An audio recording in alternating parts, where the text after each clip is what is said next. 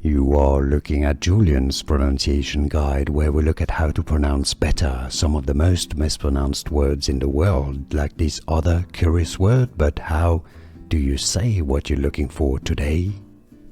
Let's learn how to pronounce this very confusing word in English, but once you know, the pronunciation is pretty straightforward. It means depressingly dull or bleak.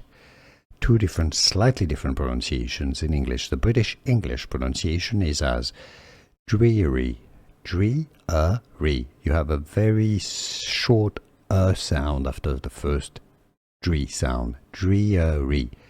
If you speak slowly, dreary, dreary, dreary, dreary. Okay, so that's your British English pronunciation. The American English pronunciation doesn't bother with the sound in the middle and says simply dreary, dreary, dreary, dreary, American English. So that's a correct pronunciation as well. Or dreary. Here are more videos on how to pronounce more confusing words and names too many mispronounced. Like this video if you found it useful. I appreciate your support. I'll see you soon and thanks for watching.